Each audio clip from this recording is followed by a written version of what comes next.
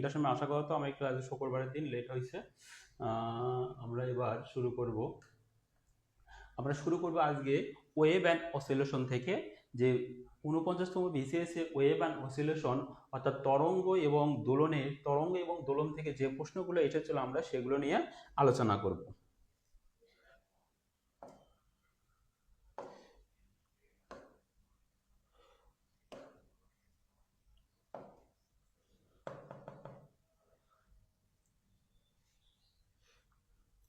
তাহলে আমাদের প্রশ্ন আছে যে একটা স্প্রিংকে যদি 20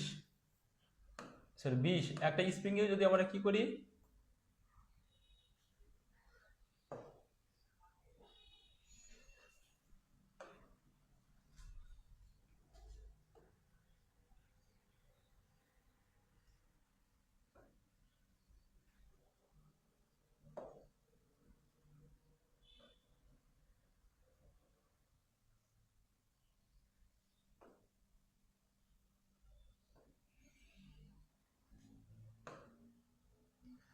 একটা স্প্রিংকে যদি 30 নিউটন আমরা 30 নিউটন বল প্রযুক্ত করি, কত একটা স্প্রিং এর উপর 30 নিউটন বল, একটা স্প্রিংকে 30 নিউটন বল দ্বারা কি করলে প্রবাহিত করলে 0.12 মিটার প্রসারিত করা হয়, এবং স্প্রিংকে সীমার মধ্যে স্প্রিংটি কি করলে, তাহলে এই স্প্রিংকে 0. এত প্রসারিত করলে স্থিতিস্থাপক সীমার মধ্যে স্প্রিংটি 0.2 প্রসারিত করলে এর সঞ্চিত শক্তি বা বিভব শক্তি কত? কথা হলো 30 নিউটন বলের প্রভাবে 0.12 প্রসারিত হয়, কিন্তু স্থিতিস্থাপক সীমার মধ্যে ওকে 0.2 প্রসারিত করলে এর স্থিতিস্থাপকে এর কত হবে? এর কি বলছে, এর স্থিতিস্থাপক বিভব শক্তি কত হবে? আমরা জানি স্প্রিং এর বিভব শক্তি অথবা কাজের সমীকরণ হলো হাফ কে এক্স স্কোয়ার। তাহলে আমি এখানে হাফ পাইলাম, কে এর মান নাই, এক্স স্কোয়ারের মান হলো কত মিটার প্রসারিত করতে? 0.2। তাহলে কে এর মান বের করার জন্য আমাকে এইটুকু অপশন দিয়েছে, এইটুকু। তাহলে আমরা কি জানি, k is equal to f by x. তাহলে এফ এর মান কত? 30 আর এক্স এর মান 1.2। এই এক্স আমরা যদি এটা x1 ধরি, এটা ধরবো আমরা x2। তাহলে এটা যে ভাগ করে দিলে আমাদের মান বের হয় কত? 250 নিউটন পার মিটার। এই নিউটন পার মিটার এখানে যদি আমরা 250 বসাই, তাহলে কিন্তু আমাদের অঙ্ক সলিউশন হয়ে যায়। তাহলে আমরা স্থিতিস্থাপক সীমার বা বিভব শক্তি বা কাজ স্প্রিং এর ক্ষেত্রে সেম সমীকরণ। তবে এখানে একটা মজার বিষয়, ভাইবাতে কিন্তু প্রশ্ন করে যে কাজ সমান আমরা গণনা করি কি, বলের সরণের সমানুপাতিক, মানে সরণ যা হবে কাজ বাড়বে। কিন্তু স্প্রিং এর ক্ষেত্রে যে কাজ বা বিভব শক্তি হলো এর বর্গের সমানুপাতিক। কার সমানুপাতিক? বর্গের সমানুপাতিক।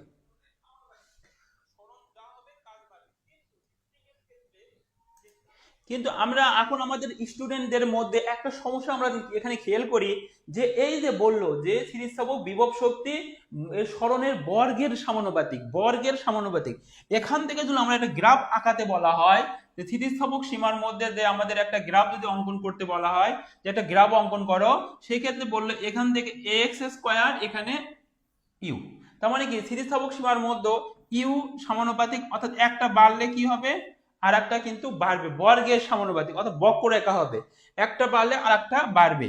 এটা কিন্তু এরকম হবে। এরকম কেন হবে? এপাশে এক ঘাত, এপাশে দ্বিঘাত, এই জন্য এটা কি হবে? বর্গের সমানুপাতিক। অর্থাৎ এইদিকে যদি আমরা বাড়বে, এখানে দেখেন যে এখানে যত আস্তে আস্তে বাড়বে, এইদিকে এক্স এর মান বাড়বে, উপর দিকে ইউ এর মান বাড়বে, অর্থাৎ যত ওই দিকে যাবে আস্তে আস্তে বাড়বে। এটা হলো এই গ্রাফটা কার গ্রাফ? এই গ্রাফটা হলো ইউ ভার্সেস এক্স স্কোয়ারের গ্রাফ। অর্থাৎ এটা কার গ্রাফ? হ্যাঁ সরি, এখানে এটা ভুল হয়েছে, এটা হলো যে কার গ্রাফ? এটা হলো যে এটা হয়েছে, আমি ভুলটাই পড়াতে শুরু আঁকাছি। এটা হলো কি এক্স এর গ্রাফ, যে ইউ ভার্সেস এক্স এর গ্রাফ। তাহলে এর মধ্যে সম্পর্ক কি? বর্গের সমানুপাতিক। তাহলে বর্গের সমানুপাতিক ইউ ভার্সেস এক্স এর গ্রাফ হবে, এক্স বাড়লে ওটা বাড়বে, তার মানে কি সমানুপাতিক সম্পর্ক, বর্গের সমানুপাতিক। তাহলে আমরা মনে রাখবো যে তাহলে আমি এখানে যদি এবার আমরা দেখি খেয়াল করি, এখানে আমরা দুইটা চিত্র খেয়াল করি। আমরা যেটা হলো ইউ ভার্সেস এক্স, এটা হলো কি একটা বাড়লে আর একটা বাড়বে। এটা হলো কি ইউ ভার্সেস এক্স এর গ্রাফ, কিন্তু এর মধ্যে সম্পর্ক কি? এদের সম্পর্ক হলো যে বর্গের সমানুপাতিক। এবার আমরা দেখব যে এই পাশে দিলাম হলো এক্স স্কোয়ার, এই পাশে দিলাম ইউ, তাহলে এটা হলো ইউ ভার্সেস এক্স স্কোয়ারের গ্রাফ। এখন বলেন তো যে ইউ এর সাথে এক্স স্কোয়ারের গ্রাফটা কি? ইউ এর সাথে এক্স স্কোয়ারের গ্রাফ হলো এক্স স্কোয়ারের সম্পর্কটা কি? এটা কিন্তু সমানুপাতিক সম্পর্ক, কারণ এই যে ইউ এবং এক্স স্কোয়ারের মধ্যে সম্পর্ক হলো সমানুপাতিক। আর এই ক্ষেত্রে ইউ ভার্সেস এক্স এর মধ্যে সম্পর্ক হলো বর্গের সমানুপাতিক। এইরকম এই যেটা কিন্তু বুঝতে হবে যে এক্স সাথে এক্স স্কোয়ারের সম্পর্ক সমানুপাতিক, আর ইউ ভার্সেস এক্স এর সাথে সম্পর্ক বর্গের সমানুপাতিক। বর্গের সমানুপাতিক চিত্র এটা হবে। আর যদি বলছে কি যে এখানে শুধু সমানুপাতিক, শুধু সমানুপাতিক বলতে এটা মূলবিন্দুগামী সরলরেখার সমীকরণ y = mx। এখানে এটার ভূমিকা পালন করছে কি এক্স স্কোয়ার, আর ওয়াই এর ভূমিকা পালন করছে হলো ইউ। এই যে এখন আমাদের এটা স্পষ্ট বুঝতে হবে যে কখন সরলরেখা হবে, কখন এভাবে বক্ররেখা হবে। যদি এই পাশে সাথে কি থাকে বর্গ স্কোয়ার থাকে, এই যে বর্গ, তাহলে এর সাথে এর সম্পর্ক কি সমানুপাতিক। এখানে ইউ এর সাথে এক্স এর সম্পর্ক কি বর্গের সমানুপাতিক। এই জিনিসটা কিন্তু খেয়াল করা লাগবে। এই প্রশ্নটা কিন্তু আমরা এই সাথে আনুষঙ্গিক বলে আমরা আলোচনা করলাম। তাহলে আমরা যদি এভাবে ডিটেলস একটু পড়ি, চিত্রধন ক্লিয়ার করি, তাহলে কিন্তু আমাদের ভাইবা ক্লিয়ার হবে, প্লাস আমরা এই ধরনের প্রশ্ন কিন্তু আরো সহজে পারবো। এই চিত্রগুলো সবাই একটু সমস্যা হয়, অনেকে প্রশ্ন করে আমাকে, আমি সুযোগ পেলাম বললাম। এবার 118 নম্বর, যে 118 বলছে যে কোনো একটা অনুপ্রস্থ তরঙ্গের একটি স্বতন্ত্র বৈশিষ্ট্য কি? অনুপ্রস্থ তরঙ্গের একটা স্বতন্ত্র বৈশিষ্ট্যটা কি? আমরা জানি কি যে অনুপ্রস্থ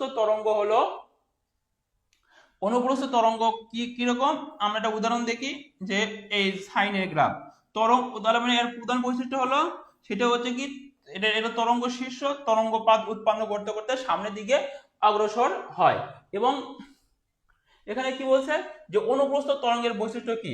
এটি সংকোচন প্রসারণ না, সংকোচন প্রসারণ হয় যেমন ইয়ার মাধ্যমে, বায়ুর মাধ্যমে শব্দের বেগ, শব্দ যখন প্রবাহিত হয়, তা শব্দ প্রবাহিত এরকম হয় কয়েকটা,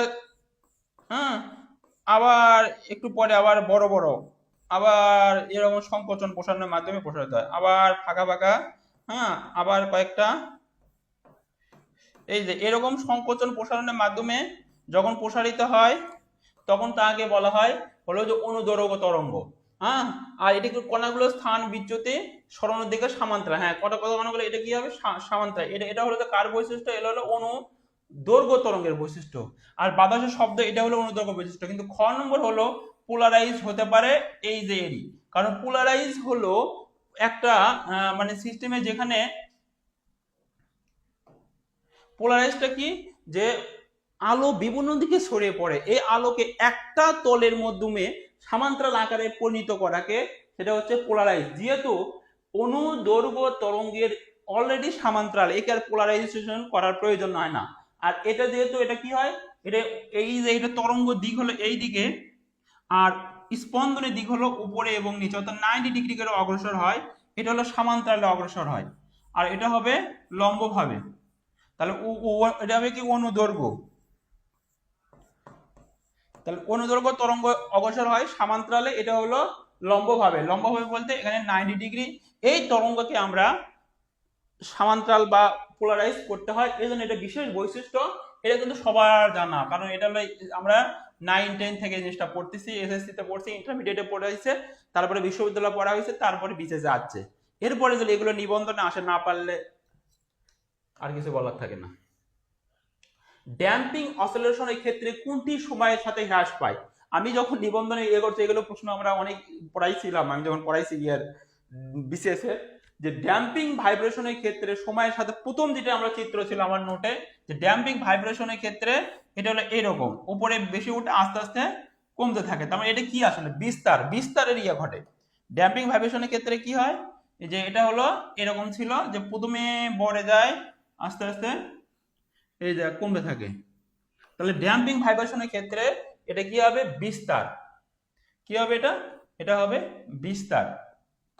ড্যাম্পিং ভাইব্রেশনের ক্ষেত্রে সময়ের সাথে হ্রাস পাবে, এর বিস্তার ধীরে ধীরে হ্রাস পাবে, ড্যাম্পড করবে, মানে ক্ষয়প্রাপ্ত হবে বলা যেতে পারে।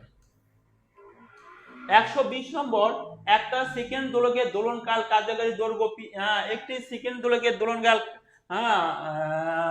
কার্যকারী দৈর্ঘ্য, এর কার্যকারী দৈর্ঘ্য 1 মিটার, পৃথিবীতে 1 মিটার, চাঁদে নিয়ে গেলে এর কার্যকারী দৈর্ঘ্য কি হবে।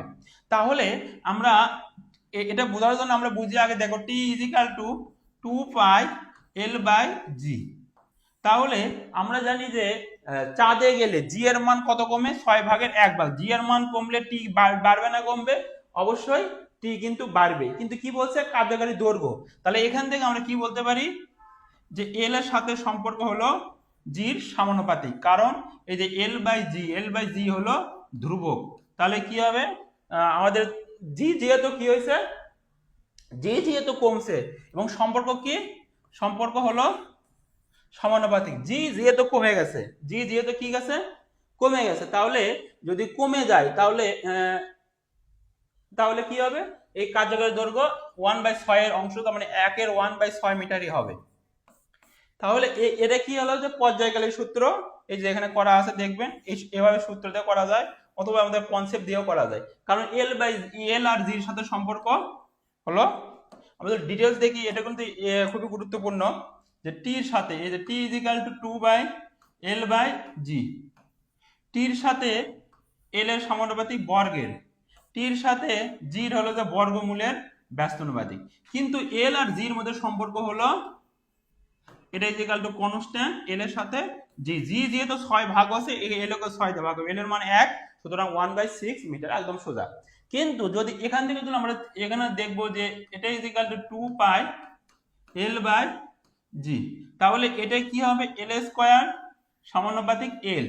এই যে আমাদের যদি এখানে গ্রাফ আঁকাতে বলে যে গ্রাফ অঙ্কন করো, তখন এল টি, এখানে টি দিলাম, এখানে এল দিলাম, তাহলে টি দিলে এল মানে একটা বাড়লে কিন্তু আরেকটা বাড়বে, অথবা এইদিকে আমরা যেদিকে আমরা দেই এই গ্রাফটা কিন্তু এইরকম হবে।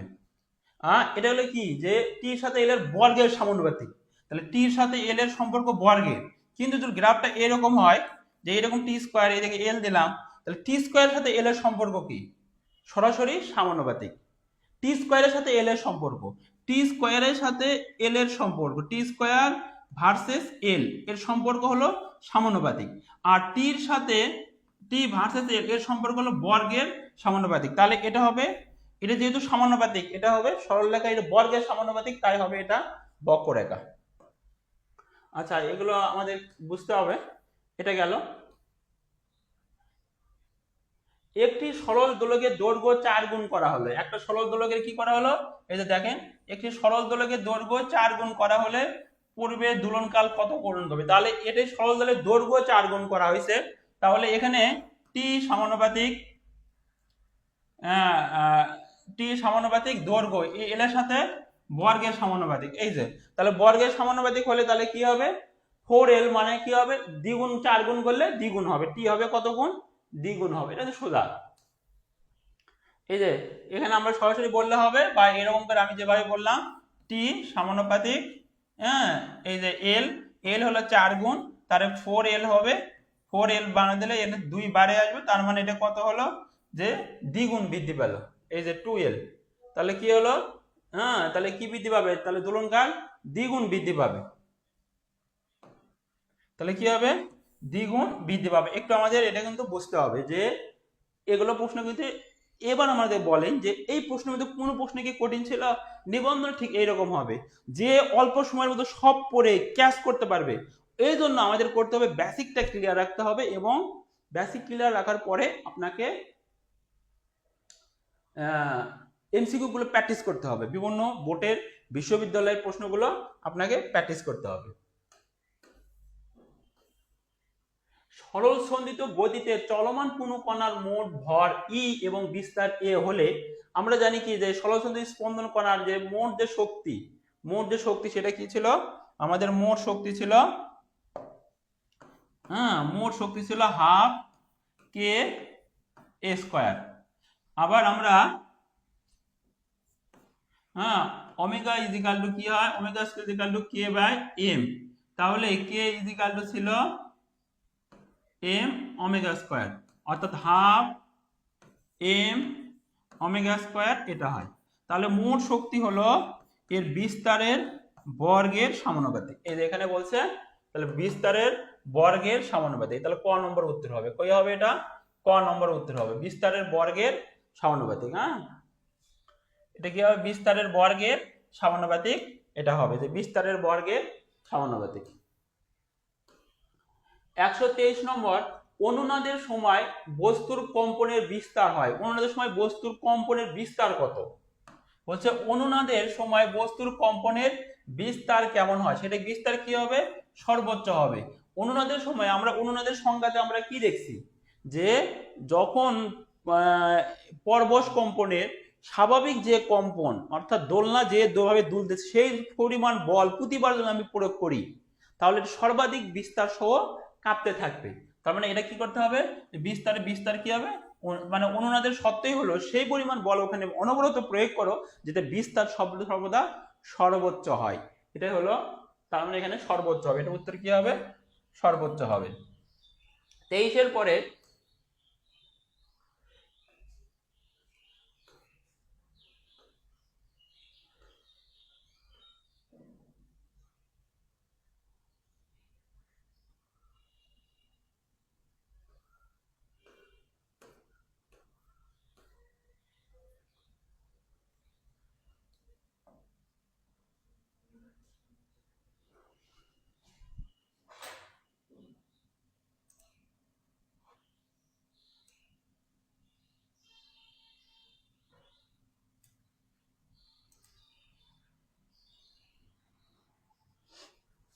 এবার আমরা দেখবো যে 124 নম্বরটা, যে 100 কত নম্বর, 24 নম্বর।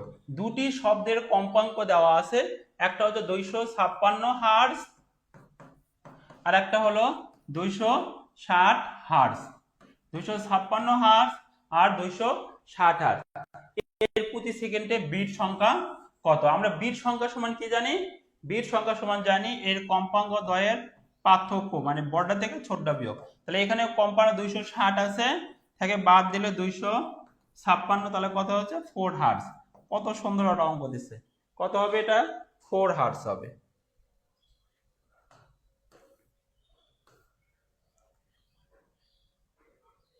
এবার আমরা দেখব যে হিট অ্যান্ড থার্মোডাইনামিক্স। এখানে দেখেন আমরা যেটা আজকে এগুলো দেখলাম, কোনো প্রশ্ন একদম কঠিন ছিল না। যারা ইন্টারমিডিয়েট বেসটা ভালোভাবে পড়ছে, বিসিএস বলতে ইন্টারমিডিয়েটে বেশি দিয়েছিল, মানে যেটুকু সিলেবাস ছিল ইন্টারমিডিয়েটের সাথে মিল সেগুলো সব ইন্টারমিডিয়েটে দিয়েছে। আর অনার্সে যেগুলো প্রশ্ন সেগুলো তো অনার্স থেকে করতে হবে, কিন্তু অনার্সে গুলো বেসিক প্রশ্ন দিয়েছে। তাহলে আমরা এত এগুলো প্রশ্ন পড়ে তো আমরা ধারণা নিচ্ছি যে আসলে অত ভয় পাওয়ার কিছু নেই, কিন্তু পড়তে হবে বেশি। এই অল্প সময়ের মধ্যে আমাদের মাথাতে ক্যাচ করবে কি করবে না, যে দুইটা খালি বিয়োগ করলে অ্যান্সার শেষ, সেটা কনফিডেন্স সহকারে ক্যাচ করতে হবে, যে আন্দাজে ক্যাচ করবে ভুলভাল তাহলে হবে না। তাহলে এবার আমরা দেখব তাপ, থার্মোডাইনামিক্স এবং kinetic gas off kinetic theory of gas. কি বলছে, দুটি বস্তু তাপীয় সাম্য অবস্থা থাকলে, কি বলছে, দুটি বস্তু কি থাকবে, তাপীয় সাম্য অবস্থা থাকলে, দুটি বস্তু কি প্রশ্ন করছে, যে দুটি বস্তু তাপীয় সাম্য অবস্থা থাকলে, সাম্য অবস্থা থাকলে এদের কি ঘটনা ঘটবে। তাপীয় সাম্য অবস্থা বলতে এদের তাপ দুইটা সমান থাকবে। তাপীয় সাম্য অবস্থা দুটি বস্তুর মধ্যে তাপের আদান প্রদান হচ্ছে না, তাপের মধ্যে কি হবে, তখন এটা ঘটে কি হবে, তাপমাত্রা সমান হবে, অভ্যন্তরীণ শক্তি ভর তাপমাত্রা ধারক সমান হওয়া আবশ্যক নয়। তাহলে এই তাপীয় সাম্য অবস্থা বলতে তাপমাত্রা অবশ্যই সমান হতে হবে, তাপ কিন্তু না, তাপমাত্রা। এটা কিন্তু যারা থার্মোডাইনামিক্সের প্রথম সূত্র একটু পড়ছে, শূন্যতম সূত্র, তারা কিন্তু এটা এমনি পারছে, বা এখানে তাপীয় সাম্য অবস্থা ইকুইলিব্রিয়াম, থার্মাল ইকুইলিব্রিয়াম সম্পর্কে যারা একটু ধারণা আছে এমনি পারছে। তারপরে নেক্সট আমরা কি, এনটিপি তে বলতে কি বোঝায়, এনটিপি তে বলতে আমরা কি বোঝাই, এনটিপি তে বলতে standard temperature and pressure, standard temperature and pressure বলতে ইন্টারনেট প্রিপারেশনের তাপমাত্রা এত, হ্যাঁ, কত 0 ডিগ্রি বা 273 কেলভিনকে বোঝায়।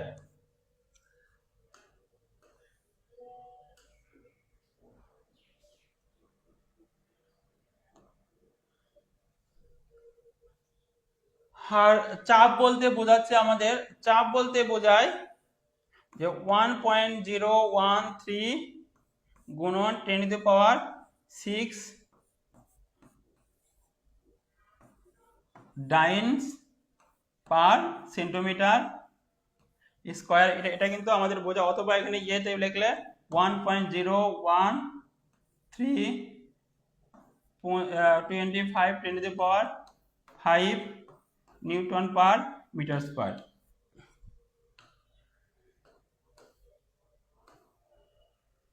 এই যে অনার্সের প্রশ্ন, যে ক্লাসিয়াস ক্লাম্পিয়ন সমীকরণের জন্য কোনটার ক্ষেত্রে প্রযোজ্য? এই ক্লাম্পিয়ন ক্যাম্পিয়ন সমীকরণ বিভিন্ন অবস্থানে ফেসের জন্য কি অবশ্যই, এই প্রশ্নটাও আমার বই ইয়ে থেকে নোট থেকে কমন আছে, একবারে এমন ভাবে ইয়ে করা হয়েছিল যে ক্লাসিয়াস ক্যাম্পিয়ন সমীকরণ বিভিন্ন অবস্থায় পরিবর্তনের জন্য ফেস ইকুইলিব্রিয়ামের জন্য প্রযোজ্য। যেমন কার কার ক্ষেত্রে প্রযোজ্য? সেটা হলো তরল এবং কি করতে পারে, কঠিন তরলের ক্ষেত্রেও প্রযোজ্য। তরল বাষ্প, গ্যাস তরল, অর্থাৎ তরল গ্যাস, হ্যাঁ, তরল গ্যাস এবং কঠিন তিনটের ক্ষেত্রেই প্রযোজ্য। তাহলে কোনটার উপর প্রযোজ্য হবে? যে কঠিন তরল, হ্যাঁ, এই দুটোর ক্ষেত্রেই এই সূত্র ক্লাসিয়াস ক্লাম্পিয়ান সমীকরণ প্রয়োগ করা যায়। তরল গ্যাস যদি সাম্য অবস্থায় সেই ক্ষেত্রেও প্রয়োগ করতে পারি। তারপরে গ্যাস তরলের ক্ষেত্রেও প্রয়োগ, অর্থাৎ সবগুলোর ক্ষেত্রে পরিবর্তন করা যায়। অর্থাৎ যে কোনো দুইটা অবস্থার সাম্য অবস্থার প্রযোজ্যের ক্ষেত্রে কি করা হয়, এই যে চাপ এবং তাপমাত্রা, অর্থাৎ এই ক্লাম্পের এই সমীকরণ ছিল তরল এবং কঠিন, তরল এবং কঠিন সাম্য অবস্থার ক্ষেত্রে চাপ এবং তাপমাত্রার সম্পর্ক কেমন সেটা, আবার তরল এবং বাষ্পের ক্ষেত্রে চাপ এবং তাপমাত্রার সম্পর্ক সেটা নির্ণয় করা, আবার হলো তরল এবং গ্যাসের ক্ষেত্রে সেটাও তাপ এবং চাপের সম্পর্ক নির্ণয় করা, যেটা হয় সেটা হচ্ছে ক্লাসিয়াস ক্লাম্পিয়ান সমীকরণ। অর্থাৎ ক্লাসিয়াস ক্লাম্পিয়ান এমন একটা সমীকরণ যে সমীকরণের সাহায্যে তরল গ্যাস, গ্যাস, হ্যাঁ, তরল গ্যাস অথবা তরল বাষ্প, তরল গ্যাস বাষ্প তরল, অথবা কঠিন তরল, কঠিন তরল হলেও হবে, তরল বাষ্প হলেও হবে, গ্যাস তরল হলেও হবে, যেটাই হোক আর কি, সবগুলোই ক্ষেত্রে চাপ এবং তাপমাত্রার মধ্যে সম্পর্ক নির্ণয় যে সূত্রটা ছিল সেটা হচ্ছে ক্লাসিয়াস ক্লাম্পিয়ন সমীকরণ। এটা অনার্স লেভেলে। এটা হচ্ছে অ্যাডিয়াবেটিক মানে রুদ্ধতাপীয় প্রসেস। রুদ্ধতাপীয় প্রসেস হচ্ছে, আমরা মনে রাখি রুদ্ধতাপীয় প্রসেসটা কি, রুদ্ধদ্বার, অর্থাৎ আমরা যদি একটা গরমের শীতের দিনে রুমের কন্ডিশন বিবেচনা করি, শীতের দিনে আমরা দরজা জানালা সব কিছু কি করি, ক্লোজ করে দিই। ক্লোজ করে দিই মানে কি, তাপ অপরিবাহী পদার্থ দ্বারা ঘিরে দিই, যাতে রুমের ভিতরে কি হয় না, বাইরে থেকে তাপের আদান প্রদান হয় না, অর্থাৎ তাপের আদান প্রদান হবে না। সেই প্রসেসটা হচ্ছে অ্যাডিয়াবেটিক প্রসেস, অর্থাৎ রুদ্ধতাপীয় প্রসেস। তাপের যদি আদান প্রদান না হয় তাহলে আমার রুম, শীতের দিনে রুম আস্তে আস্তে আস্তে গরম হবে, তাপমাত্রা বেড়ে যাবে, তাপের আদান প্রদান হবে না। সেই সূত্র হলো, আমরা জানি যে অ্যাডাপটিভ প্রসেসের সূত্র, এটা আমরা সবাই জানি না, ইন্টারমিডিয়েট যারা পাস করছে, পিবি ইজিক্যাল টু গামা সমান কনস্ট্যান্ট, অর্থাৎ তাপের আদান প্রদান হয় না। এখানে কি হবে না, তাপের আদান প্রদান ঘটে না, হ্যাঁ, তাপমাত্রা বৃদ্ধি পায়, তাপমাত্রা পরিবর্তন হয়, হ্যাঁ, তাপমাত্রা বৃদ্ধি বা হ্রাস মানে কমে আর কি। তার মানে এখানে ডেল্টা টি এর মান পরিবর্তন, কিন্তু তাপের আদান প্রদান হয় না, অর্থাৎ ডেল্টা কিউ, হ্যাঁ, ডেল্টা কিউ সমান 0। সেটা হচ্ছে রুদ্ধতাপীয় প্রসেস। তাপীয় সাম্য অবস্থা কোন সূত্র দ্বারা প্রকাশ করে? তাপীয় সাম্য অবস্থা মানে শূন্যতম সূত্র, যেমন ইকুইলিব্রিয়াম, এখানে দুটো প্রশ্ন করছে একদম একই, শূন্যতম সূত্র থেকে দুইটা প্রশ্ন করছে, যে তাপীয় সাম্য অবস্থা বলতে আমরা তাপের আদান প্রদান হবে না, সরি, তাপমাত্রা আদান প্রদান হবে না, তাপের আদান প্রদান ঘটে, তাপমাত্রা কনস্ট্যান্ট রাখবে। এটা হচ্ছে কি জিরোথ ল, তাপীয় সাম্য অবস্থা দ্বারা, এটা আমাদের শূন্যতম সূত্র, এই সূত্রটাই কিন্তু আমাদের জিরোথ ল নামে পরিচিত। গ্যাসের ক্ষেত্রে কোন সম্পর্কটি সঠিক নয়? এটা আমাদের পিবি ইজিক্যাল টু এনআরটি, ওই সূত্র থেকেই দিয়েছে, সঠিক নয়। তাহলে পিবি ইজিক্যাল টু, হ্যাঁ, এখানে আমরা কি জানি যে PV equal to, PV gamma equal to constant, কোনটি কনস্ট্যান্ট নয় সেটা বলছে। তাহলে পি ভিটা যদি গামা যদি কনস্ট্যান্ট হয় তাহলে কিন্তু এটা আর কিন্তু কনস্ট্যান্ট হয় না, কারণ এটা কিন্তু এটার উল্টা, এমনি বোঝা যাচ্ছে। আর এটা সূত্র, এটাও সূত্র, কারণ পি ভিটা তো গামার এখানে তিনটা সম্পর্কই সঠিক, এটাও সঠিক, এটাও সঠিক, এটা কিন্তু আমরা ওয়েল ডিফাইন আমরা জানি, কিন্তু এটা কিন্তু আমরা কখনো দেখি নাই।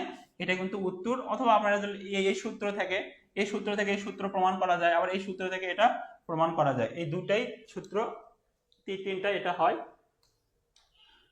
ঠিক আছে, ভান্ডার ওয়ালস সমীকরণ, এই সমীকরণে এ একটি ধ্রুবক, এটা কিন্তু কেমিস্ট্রির জন্য প্রযোজ্য, কারণ এখানে এ একটা ধ্রুবক আছে, এখানে বি একটা ধ্রুবক আছে। এ যেহেতু ধ্রুবক, পির সাথে সম্পর্ক, এর সম্পর্ক পির সাথে, আর ভির সাথে সম্পর্ক হলো ভি, তাহলে ভি নির্দেশ করে আয়তন, আর এ নির্দেশ করবে কি আকর্ষণ বল, আকর্ষণ শক্তি। তাহলে এটা কি হবে, এটা তাহলে কার উপর নির্ভর করবে, যে এটা হচ্ছে আন্তঃআণবিক আকর্ষণের উপর নির্ভর করবে, কারণ গ্যাসের আয়তনের উপর নির্ভর করে হলো বি, তাপমাত্রার উপর নির্ভর করে না, বোলসম্যান ধ্রুবকের উপর নির্ভর করে। সহজ কথা, যে যার যেটা সহগ, এটা হলো কার কার সাথে সম্পর্ক আছে, এ এ এ এ বাই ভি স্কয়ার। তাহলে এটা কিন্তু এ রাশি, এটা কিন্তু এ রাশি না, এটা পির সাথে যদি যুক্ত থাকে, আমরা জানি যে সমপর্যায় সমজাতীয় রাশি যোগ বিয়োগ সম্ভব, অর্থাৎ এটাকে আমরা বলবো আন্তঃআণবিক আকর্ষণের কারণে এই টার্মটা যোগ হয়েছে। হ্যাঁ, এটা কিন্তু মনে রাখবো যে এ বাই ভি স্কয়ার যুক্ত হয় হলো আন্তঃআণবিক আকর্ষণ বলের কারণে, সুতরাং এটা হলো আন্তঃআণবিক আকর্ষণ নামে পরিচিত। এটা হলো দুটি, এবার দেখো আমাদের এটা 41, এবার আমরা দেখি 132, দুইটি বিন্দু চার্জের জন্য। এবার দেখবো আমরা ইলেকট্রিসিটি অ্যান্ড ম্যাগনেটিজম। দেখেন ওইখানে যে আমরা ওইগুলো আমরা করলাম 116 থেকে, যে এগুলো 131, 16 31 বলতে এখানে প্রায় 16টার মতো, 15 16টা 17টা। তাহলে এই প্রশ্নগুলো কিন্তু কঠিন ছিল না, কিন্তু সমস্যা হলো সময় কম ছিল, কম সময়ের মধ্যে মাথাতে ব্রেনে যদি কাজ করে তবে পারবে, ব্রেনের কাজ না করলে তার পাওয়া সম্ভব নয়। হ্যাঁ, কিন্তু আমাদের কিন্তু বুঝতে হবে যে এগুলো আসলে সহজ ছিল, বেশি কিন্তু কঠিন ছিল না। আচ্ছা, তারপরে কি বলছে, যে দুইটি বিন্দু চার্জের মধ্যে দূরত্ব দ্বিগুণ করলে তাদের মধ্যে বল কত গুণ হবে। দুইটি বিন্দু চার্জের মধ্যে দূরত্ব দ্বিগুণ করলে এদের মধ্যে বল কত গুণ হবে। তাহলে আমরা জানি কি, বলের সাথে দূরত্ব সম্পর্ক কিন্তু সবাই জানি বর্গের ব্যস্তানুপাতিক, বর্গের ব্যস্তানুপাতিক। তাহলে ব্যস্তানুপাতিক দ্বিগুণ করলে, তাহলে মানে কি এফ 1/2d বানালে এখানে তাহলে কি 1/4 হবে না, তাহলে 1/4 1/d স্কয়ার, এরকম একটা কথা। তার মানে এখানে কি হবে, তাহলে f/4 হবে, তাহলে 1/4, একদম সোজা, 1 কি হবে 4 হবে। আমাদের এবার দেখি আমরা ধারক সম্পর্কে। ধারক আমরা কি, একটা ইলেকট্রিক ডিভাইস যে চার্জ সঞ্চয় করতে পারে, কি করতে পারে, ধারক হচ্ছে অল্প সময়ের জন্য চার্জ সঞ্চয় করতে পারে। হ্যাঁ, কি করতে পারে, চার্জ সঞ্চয় করে ভবিষ্যতে ব্যবহার করার জন্য। হ্যাঁ, এটা ধারক। তাহলে একটু ধারকের একক হলো ফ্যারাড বা মাইক্রো ফ্যারাড। তাহলে কিন্তু আমাদের এখানে ধারকের একটা কথা আছে যে আমাদের যে ফ্যারাড একক অনেক বড়, আসলে কত বড়, পৃথিবী যদি পুরো একটা ক্যাপাসিটর বানানো হয় এবং ধারক হিসেবে ব্যবহার করা হয়, তাও 1 ফ্যারাড সম্পন্ন কোনো ধারক তৈরি করা সম্ভব হবে না। অর্থাৎ এই জন্য আমাদের এখানে ব্যবহার করা হয় মিলি মাইক্রো ধারক, যে 2 এত ক্যাপাসিটরকে এত চার্জ করলে সঞ্চিত শক্তি। তাহলে আমরা সঞ্চিত শক্তির সমীকরণ জানি, ইউ সমান হাফ সি ভি স্কয়ার। তাহলে এখানে সির মান দেওয়া আছে 2 গুণন মাইক্রো বলতে 10⁻⁻6 ফ্যারাড, আমাদের এটা বানিয়ে নিলাম। তারপরে হলো যে 50 চার্জ, এখানে আমাদের এটা বসালাম, এটা আমরা মান বসালে কিন্তু হলো, এখানে কত আছে 50, 50-এর উপর স্কয়ার করলে হবে 2500, এই জন্য এখানে লেখা আছে 2500, লেখে আমাদের হিসাব করলে কিন্তু শেষ। এটা কিন্তু একদম সোজা, মানে ইয়ে না, কিন্তু সমস্যা হচ্ছে ওই দিনে পরীক্ষার দিনে আমাদের ব্রেন কাজ করে কিনা। আচ্ছা, এখানে বলছে এসি ভোল্টেজের আরএমএস এর মান কত, এসি ভোল্টেজের আরএমএস মান কত। হ্যাঁ, আমাদের এসি ভোল্টেজের আরএমএস মান হলো সাধারণত আমাদের যে সর্বোচ্চ যে মান হয় ভি ম্যাক্স হয়, হ্যাঁ, সেই ভি ম্যাক্স এর হলো 1 এই যে এত গুণ। হ্যাঁ, তার মানে আমাদের যে এটা গ্রাফ ছিল মনে আছে কিনা, এই যে এইরকম, এখানে কিন্তু আরএমএস মান থাকে 0.7, এটা হলো আর এর সর্বোচ্চ মান। এই জন্যই বলা হয় যে আমাদের বাসা বাড়িতে যে সাপ্লাই দেয় সেটা হচ্ছে আরএমএস মান সাপ্লাই দেয়। 220 হচ্ছে ভোল্ট। এটা ভাবে তো প্রশ্ন করে যে আমাদের বাসা বাড়িতে যে 220 ভোল্ট সাপ্লাই দেয় সেটা কি মান, অ্যাভারেজ না আরএমএস মান, সরি এটা আর সরি ম্যাক্সিমাম, এটা যদি ম্যাক্সিমাম মানের সাথে তাহলে এটা কি মান, তাহলে 220 সেটা হচ্ছে আর এম এস মান, মানে হলো যে root mean square, root means root means square, এই যে স্কয়ার ভেলোসিটি যে মানটা সেটা আমাদের দেয়। কিন্তু যদি কাউকে শক করে মানে 220 ভোল্ট, তাহলে সে কত ফিল অনুভব করবে, সর্বোচ্চ পরিমাণ, তার মানে এর যে আরো পরিমাণ হবে, আরো সর্বোচ্চ পরিমাণ বলতে এটা হলো 6 এদের মান, এটা জাস্ট তাহলে 0.707, এটাতে ভাগ করে দিলে প্রায় 311 হয়, সে 311 ভোল্টেজ অনুভব করবে। হ্যাঁ, কারণ আমাদের এখানে যে বাসা বাড়িতে আরএমএস মান দেয়, এটা হচ্ছে তো মনে রাখতে হবে যে এটা কিন্তু সবাই মোটামুটি জানা, একবার দেখে পারার কথা। এবার দেখি 135 নম্বর, যে 50 মিলি হেনরি ইন্ডাক্টর 3 কত 3 কারেন্ট 3 অ্যাম্পিয়ার কারেন্ট বহন করে কি পরিমাণ চুম্বক শক্তি, এখানে চুম্বক শক্তির যে সমীকরণ সেটা দেওয়া আছে, আমরা চুম্বক শক্তির যে সমীকরণ সেটা জানি আমরা, E = ½ L I²। তাহলে এই সমীকরণ যে জানবে মান ভরে দিলে হবে। এটা মিলিকে শুধু আমাদের এখানে করা আছে, এই যে মিলিকে আমাদের 50 মিলিকে যেমন হলে 0.05 হবে আর 3 এর উপর স্কয়ার, তাহলে এটা ফলাফল কিন্তু এটা হবে, এটা হিসাব করে যেটা দেবো সেটা কিন্তু উত্তর। যে মনে রাখবে যে ইন্ডাকশন মানে চুম্বক শক্তির সমীকরণ সঞ্চিত সমীকরণ, এটা কিন্তু আমাদের এগুলো সবগুলি আমাদের ইয়েতে আছে, একবার পেজ নম্বর সবগুলি উল্লেখ আছে, যারা ছিল সবাই থেকে জিজ্ঞাসা করেন, পিডিএফ যারা পড়ছিল ওই সময় আমার 500 টাকা পড়ছিল ওই কোর্স, কিন্তু সবাই বেশিরভাগই কাজে লাগাতে পারেনি, সবাই কেউ অনেকে অবহেলা করছে, পরে ভাবতেছে যে সব তো কমন আছে, আমি পিডিএফ এত কষ্ট করে দিন রাত খাটিয়ে করে দিয়েছিলাম, তারা ঠিকভাবে পড়েনি। চুম্বক ক্ষেত্রের সাথে সম্পৃক্ত কোনো রাশিটি সম্পূর্ণভাবে চুম্বকিত করলে ফেরোচুম্বকের চুম্বকত্ব শূন্য নামিয়ে আনতে পারে। হ্যাঁ, আমরা জানি যে চুম্বক ক্ষেত্রে যে রাশিটি সম্পূর্ণরূপে চুম্বকিত একটি ফেরোচুম্বক পদার্থকে চুম্বকত্ব পরিণত করতে পারে, সেটা হচ্ছে কোয়েসিভ, কোয়েসিভ ফোর্স। যে কোয়েসিভ ফোর্স যদি আমরা প্রয়োগ করলে একটা চুম্বকের সম্পূর্ণ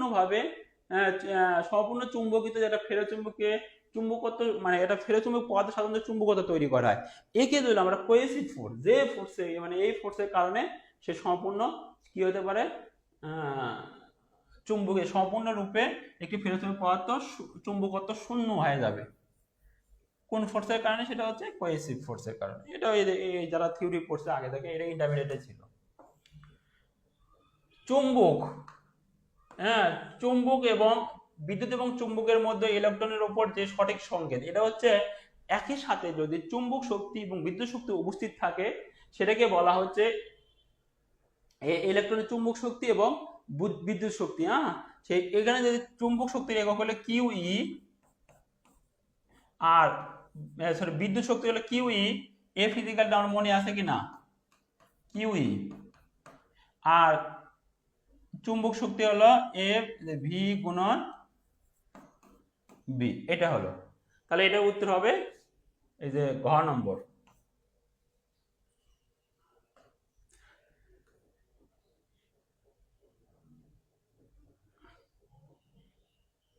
আচ্ছা, এখানে একটা ইয়ে আছে যে এই যে ফোর্স, এই ফোর্সের একটা নাম আছে, টোটাল ফোর্স, চুম্বক শক্তি আর ইয়ে ফোর্সের নাম হলো, এটার নাম হচ্ছে লরেন্স ফোর্স, নামটা কি লরেন্স ফোর্স। চুম্বক শক্তি এবং বিদ্যুৎ শক্তি একত্রে যোগ করলে যে ফোর্সটা পাবো সেই ফোর্সটার নাম হচ্ছে লরেন্স ফোর্স। সে লরেন্স ফোর্সের সমীকরণ, এটা ইন্টারমিডিয়েট বইয়ে আছে। দুইটা, আচ্ছা এটা বললে হলো যে দুইটা ক্ষেত্রে সম্মিলিত যদি আমাদের হয়, যেটা আগে বললাম প্রভাবে মোট বল এফ, এটিকে বলা হবে লরেন্স বল বলা হয়। 138 নম্বর, যে কারেন্ট বাই লুপের টর্ক কার্যকর কি হলো, টর্ক কার্যকর হয় কারণ কি, একটা কারেন্ট বাই লুপের টর্ক কার্যকর হবে কখন, টর্কের মধ্যে ডাইপোল উৎপন্ন করে, কি বল ডাইপোল, ডাইপোল টর্কের ভিতরে ডাইপোল আচরণ করে, চুম্বক ক্ষেত্রের মধ্যে যদি কোনো একটা কারেন্ট বাই লুপ ম্যাগনেটিক আচরণ করে ডাইপোল হিসাবে, তবে এক্ষেত্রে লুপের উপর টর্ক কার্যকর হয়, টর্কে ঘুরে দেয়। ম্যাগনেটিক ডাইপোলটা কেমন, যে এটা তাহলে এরকম একটা থাকে, এইদিকে এটা এইদিকে, এটা এইদিকে, এটা এইদিকে, আর এটা এইদিকে। দেখেন যে এটা যে এই যে এটা এইদিকে। আচ্ছা, সাধারণত লুপটা এরকম হয় যে লুপের ভিতরে যে এটা হলো যে পজিটিভ, এটা হলো নেগেটিভ, এটা পজিটিভ এবং নেগেটিভ লুপ তৈরি করে। আর লুপ তো আর এই দিকে আমাদের প্রয়োগ করা হলো, বি তৈরি করা হলো, মানে ম্যাগনেটিক ফিল্ড প্রয়োগ করা হয়। ম্যাগনেটিক ফিল্ডের সাথে এটা সমান্তরাল, এটাও কি হলো সমান্তরাল। কিন্তু এই জিনিসটা যে আমাদের কারেন্ট একটা যায় এই দিকে আর একটা যায় এই দিকে, এটা যায় এই যে এই দিকে যাওয়ার ফলে একটা কি করবে, এই যে ম্যাগনেটিক ডাইপোল হিসেবে ব্যবহার করবে এবং এটা হচ্ছে লুপের উপর টর্ক কার্যকর এবং লুপটিকে ঘুরে দেয়। এই যে এটা এই দিকে কার্যকর, এটা এই দিকে, মানে এটা এই দিকে এটা এরকম করে লুপের সৃষ্টি করে। সেটা বলছে যে লুপের কার্যকর হবে যখন কি হলে একটা ডাইপোল সৃষ্টি করলে।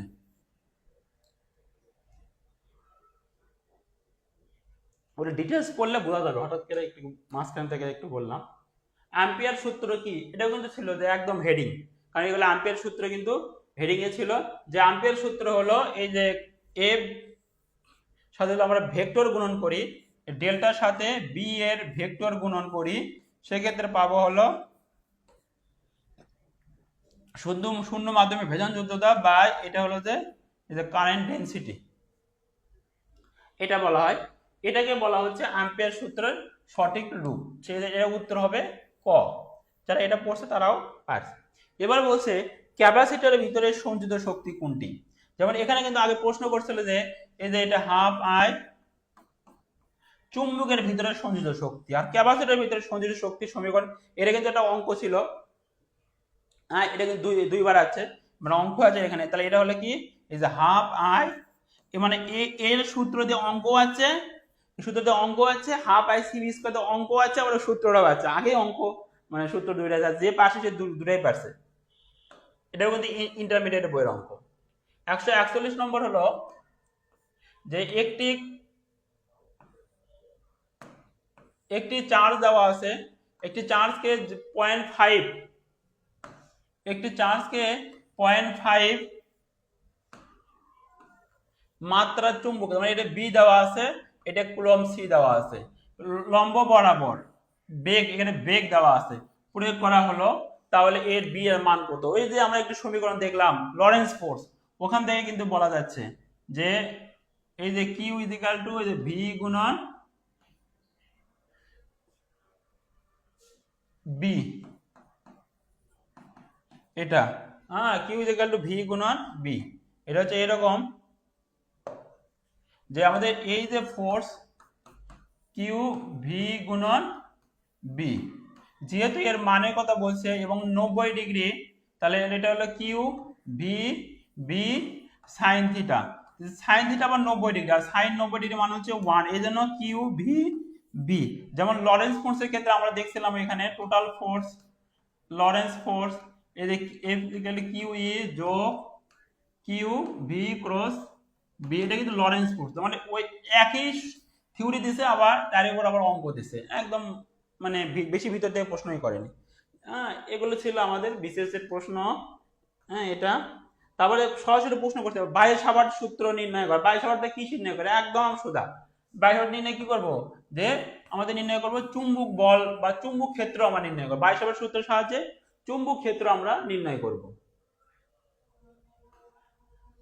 এই যে আমাদের একদম সূত্রই ছিল, বায়ুসাভার সূত্রের সাহায্যে আমাদের চুম্বক ক্ষেত্র আমরা নির্ণয় করি। এবার দেখছে যে এবার কি, যে দুইটা সমান বিন্দু বিভব আর এই দুটো একে অপর আকর্ষণ করলে অর্ধেক করা হলো, দূরত্ব অর্ধেক করলে বল কি হবে, 4 গুণ হবে। যেমন ওখানে কিন্তু একই প্রশ্ন আছে, ওই ক্ষেত্রে ছিল আকর্ষণ বল, কার আকর্ষণ বল, চার্জের আকর্ষণ বল। আর এখানে আছে সমান বিন্দু এত দূরত্ব আকর্ষণ করে, তার দূরত্ব আর হলে এক্ষেত্রে আকর্ষণ বল কত হবে। তাই এই ক্ষেত্রে আমরা আকর্ষণ বল কি হবে, ওই যে ওটা ছিল এরকম যে আমরা ডি স্কয়ার, এটা আমরা দ্বিগুণ করলে তাহলে 1/4 গুণ, আর এটা হচ্ছে কি অর্ধেক করা হলো দূরত্ব, অর্ধেক করা হলো, অর্ধেক মানে ওই উল্টা আর কি, যে এখানে d/2 এর উপর স্কয়ার, তাহলে এই 2 কিন্তু উপরে যায়, তাহলে অর্থাৎ কত হবে 4f হবে। ওই প্রশ্নটা আবার এখানেও আছে। তো এই প্রশ্ন কিন্তু আমাদের একবারে ইন্টারমিডিয়েটের প্রশ্ন, এগুলো তো আমাদের না পারার মতো হওয়ার কথা না, যে এগুলো কিন্তু সবাই পারার কথা। এটাও এসএসসির প্রশ্ন, এর আগে যেটা বললাম সেটাই এসএসসির প্রশ্ন, এগুলো সবগুলোই এসএসসির প্রশ্ন আছে। আচ্ছা, আর চুম্বক বল সবসময় কি হয়? চুম্বক বল সবসময় কি হয়? এটি হয় সর্বদা, এটি চুম্বক বল সবসময় হলো, এটা উত্তর, এটা হবে না, এটা এখানে আটা আছে, এটা হবে সঠিক উত্তর হবে, এটি কি হবে? চার্জের ওপর লম্ব বরাবর। আমরা জানি চুম্বক বল সবসময় যে চার্জের উপর লম্ব, মানে চুম্বক বল আর বিদ্যুৎ শক্তি, চুম্বক শক্তি এখানে আর হলো বিদ্যুৎ শক্তি, আর এদের বেগ তিনটা কিন্তু পরস্পরের, বেগ ভি হলো পরস্পরের লম্ব, কারেন্ট আই, হ্যাঁ এখানে আমরা ই দিতে পারি, ই ইলেকট্রিক ফিল্ড, ম্যাগনেটিক ফিল্ড, আর এদের বেগ পরস্পরের উপর লম্ব হবে আবশ্যক হয়। এটাও কিন্তু আমাদের প্রশ্ন ছিল। এরপরে কি ছিল? এটা ছিল অনার্সের একটা সার্কিট, যে একটি এলসি সার্কিটের দোলনকালে কৌণিক কম্পাঙ্ক কত? এলসি সার্কিটের কৌণিক কম্পাঙ্ক কিন্তু আমাদের এটা বলা ছিল, যে এইটা প্রশ্নটা আছে, এটা অনার্সের। এলসি সার্কিটের ক্ষেত্রে কৌণিক কম্পাঙ্ক হয় এরকম,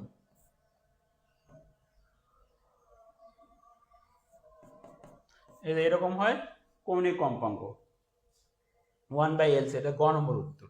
এগুলো কিন্তু আমাদের ইয়ে করতে হবে, দেখতে হবে যে এলসি সার্কিটের ক্ষেত্রে কৌণিক কম্পাঙ্ক আমরা যেন আলোচনা করছিলাম এগুলো কিন্তু ছিল। এটাই হলো আজকে এই পর্যন্ত। আমরা সামনের দিন আবার 100, আমরা নেক্সট দিন যদি আগামীকালকে অথবা তার পরশু দিন আমরা এই 156 থেকে লাস্টে আর একটা ক্লাস নিয়ে শেষ করার চিন্তা ভাবনা আছে, বা আরো 2টা। তাহলে আমরা আজকে দেখলাম 116 থেকে 145 পর্যন্ত দেখলাম। আপনারা আমার এই যে আগের ক্লাসটাও দেখবেন, আগের ক্লাসটা আমি লিঙ্ক দিয়ে দেবো, ইউটিউব লিঙ্ক দেবো, ফেসবুকের লিঙ্কও দেবো। আপনারা দেখলে বুঝতে পারবেন যে আসলে বেশ প্রশ্ন সব হবে ইন্টারমিডিয়েট লেভেল, ইন্টারমিডিয়েট লেভেলের বাইরে প্রশ্ন করার খুবই সম্ভাবনা কম। সবাইকে ধন্যবাদ, আসসালামু আলাইকুম।